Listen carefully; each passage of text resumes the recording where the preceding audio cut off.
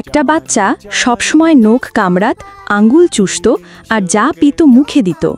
হঠাৎ নখের ভেতর থেকে ভয়ঙ্কর জীবাণুর দানব বের হয়ে বলল, হা হা হা, তুমি আমাকে শরীরে ঢুকিয়ে দিলে, এবার আমি তোমার পেট খেয়ে ফেলব।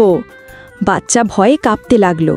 পেট ব্যথা, জ্বর আর দাঁত নষ্ট হতে শুরু করল।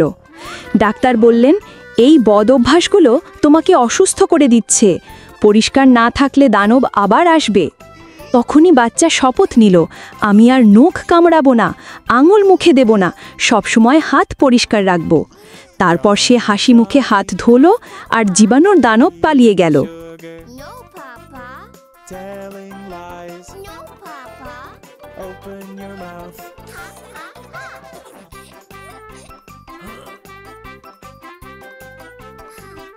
Huh?